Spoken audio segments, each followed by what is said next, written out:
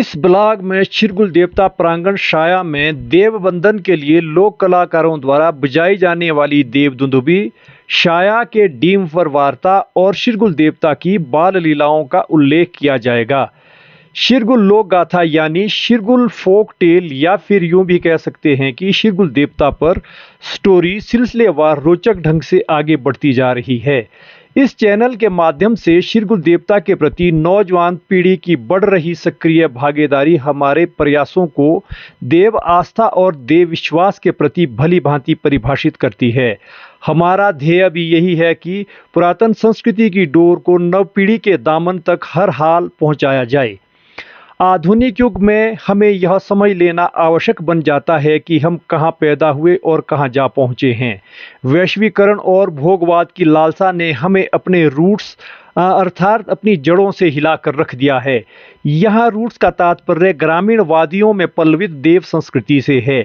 देव संस्कृति और लोक संस्कृति का आपस में बेजोड़ मिश्रण है। अनादिकाल से देव संस्कृति हमारी रूट्स बनकर उभरी है। हम धीरे धीरे उन्हीं रूट्स यानी जड़ों से दूर दूर खिसकते जा रहे हैं। सकारात्मक ऊर्जा का साक्षात बिंब देव शक्ति उस वृक्ष की भांति है जो जमीन में रस ग्रहण करने में लगी रहती है। उसे यह ख्याल नहीं रहता कि उसमें कितने फल और फूल लगेंगे। उसका काम तो अपने आप को सत्य में रखना है, सत्य को अपने अंदर कूट कूट कर भरना है और अंदर ही अंदर बढ़ना है। उसे उस चिंता से क्या मतलब कि कौन मेरे फल खाएगा और मेरे ऊपर कितने फल लदे हैं। अब हम बात करेंगे कि देव संस्कृति में लोक वादन कला की क्या अहमियत है। शास्त्रीय संगीत के बंधन से मुक्त लोक संगीत और देवधुनों का रचना संसार शास्त्रीय संगीत से बिल्कुल भिन्न है। जनश्रुति है कि लोक कलाकार जब देवमयी धुनों का प्रसारण करते हैं तो वसुंधरा पर देवागमन होता है। प्राचीन काल में तो देवताओं की चार काल में पूजा संपूर्ण वाद्य यंत्रों की देवधुनों के साथ की जाती थी। शाया में स्थित शिरगुल महाराज के मंदिर में भी ऐसी ही परिपाटी रही प्रतीत होती है। इसका ज्वलंत उदाहरण यहाँ के स्थानीय लोक कलाकारों ने चौघड़ी बजाकर प्रदर्शित किया है।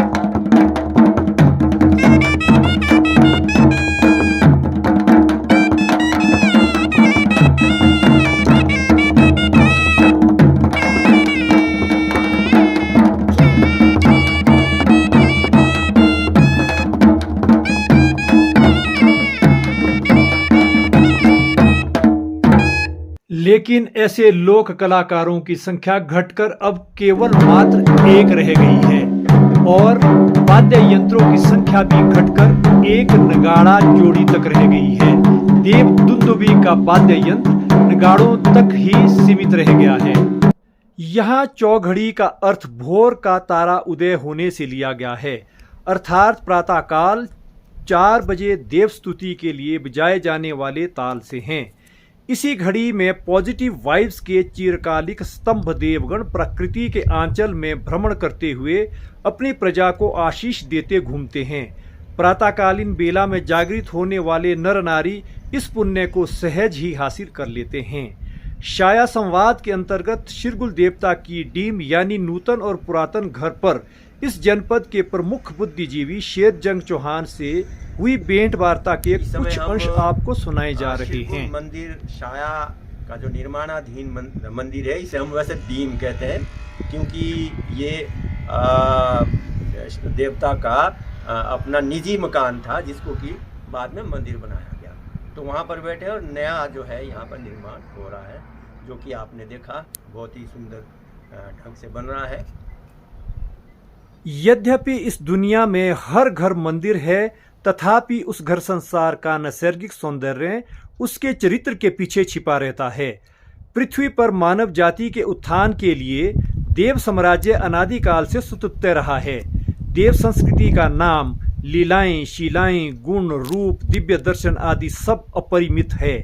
देवताओं को माया से कोई मोह नहीं है। उनके सभी कृत्य निष्काम, अहंकार रहित और निष्प्रिय होते हैं। शिरगुल देवता भी ऐसी ही दिव्य शक्ति के अतुल्य स्वामी रहे हैं। हमारा समाज उनके पद चिन्हों का अनवरत अनुगामी रहा है। शिरगुल देवता ने जीवन के आरंभिक काल से ही लीलाओं और चमत्कारों को दिखाकर मानव मर्यादाओं को स्थापित किया और अंत में पृथ्वीलोक से अंतर्धान हो गए। शिरगुल देव शक्ति का सशक्त स्तंभ बनकर लोकमानस में उदित हुए हैं। लोक कल्याण की भावना से अलौकिक शक्तियां मर्यादाओं का जामा पहनकर जग में जीवन का निर्वहन करती हैं। ऐसी देव शक्तियों का तत्कालीन मानव सभ्यता पर प्रभाव पड़ता है। उस समाज में रह रहे प्राणी उस देव संस्कृति का अनुसरण कर उसे अपनी जीवन शैली में ढालते हैं। दैविक पुरुष ही समाज में अपने पुण्य के बल से मानव कल्याण की ज्योत जगाते हैं। महाभारत के अनुशासन पर्व में वर्णन मिलता है कि भीष्म पितामह युधिष्ठिर से कहते हैं कि देवताओं का आश्रय पुण्य ही है, पुण्य से ही सब कुछ प्राप्त होता है। पुण्यात्मा पुरुष को पाकर भाग्य क्या करेगा। शिरगुल ने तत्कालीन परिवेश में मानव सभ्यता के बीच फैले विषम्य को दूर करने के लिए बचपन से ही देव लीलाएं दिखानी आरंभ कर दी थी। ऐसी देव लीलाओं की कथाएं लोकमानस में कर्णश्रुति से आगे बढ़ती गई। शिरगुल बाल लीलाओं का उस समाज पर अविस्मरणीय प्रभाव रहा है। परिणाम स्वरूप शिरगुल के देवत्व में लोक आस्था प्रबल होती गई। शिरगुल देवता के बचपन की बाल लीलाएं यानी चमत्कार अत्यंत मार्मिक है। एक एक बाल लीला दिल को दहलाने वाली कहानी है।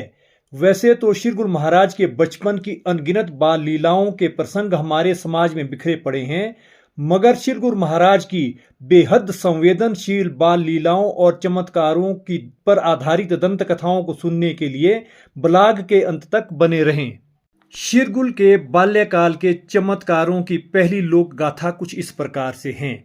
शिरगुल और चंद्रेश्वर तथा कुजाठ बचपन से ही ननिहाल में अपना समय बिताते जा रहे थे, जहां शिरगुल की मामी इन दो देव बालकों और देव कन्या के साथ अत्यंत सौतेला बर्ताव करती थी।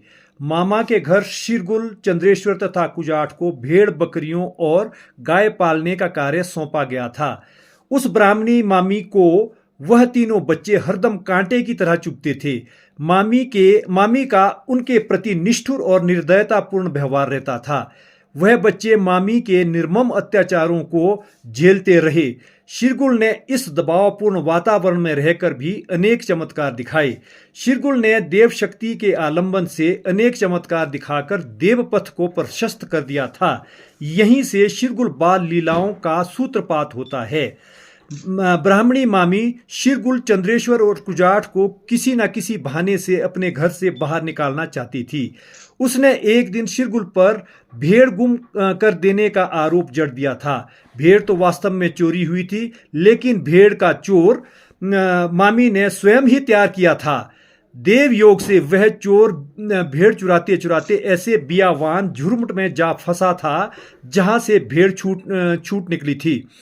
वह चुराई हुई भेड़ भी शिरगुल के भेड़ झुंड में खुद ही मिल गई थी।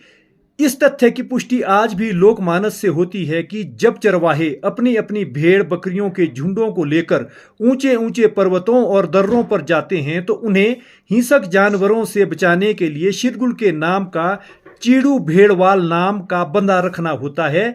ऐसा करने से भेड़ पालकों का जंगली जानवरों से किसी भी प्रकार की क्षति से बचाव हो जाता है। शिरगुल की बाल लीलाओं पर आधारित दूसरी कहानी कुछ इस प्रकार से है।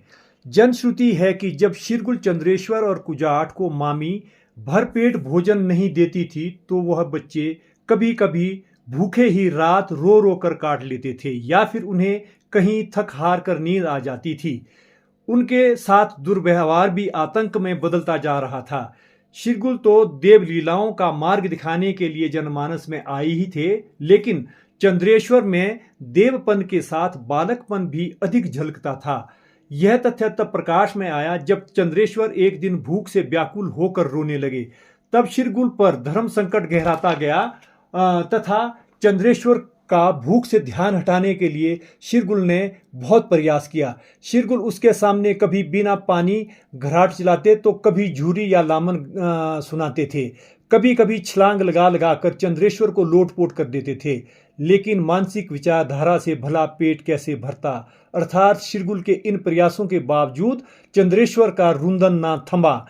शिरगुल भ्रातृ प्रेम में डूबकर लौकिक चमत्कार दिखाने लगे। उन्होंने देव शक्ति से 2 थालियों में भोजन परोसकर दोनों थालियां चंद्रेश्वर के सामने रख दी। इसमें से एक थाली शाकाहारी थी तथा दूसरी थाली मांसाहारी थी। इस परीक्षा में चंद्रेश्वर ने शाकाहारी भोजन की थाली चुनकर बलि प्रथा को विराम दिलवाया। तभी से तो चंद्रेश्वर को दुधाधारी देवता के रूप में माना जाता है। शाया और शिरगुल की कहानी तथा शिरगुल के बचपन की लीलाओं और चमत्कारों के 2 प्रसंगों पर दी गई लोक कथा आपको कैसी लगी, इस पर अपना सुझाव कमेंट बॉक्स में अवश्य दें और चैनल को सब्सक्राइब करें। अगर शिरगुल देवता की लोक कथा यानी कहानी या यूं कह लीजिए फोक टेल आपको अच्छी लगी हो तो वीडियो को लाइक करें और शेयर करें।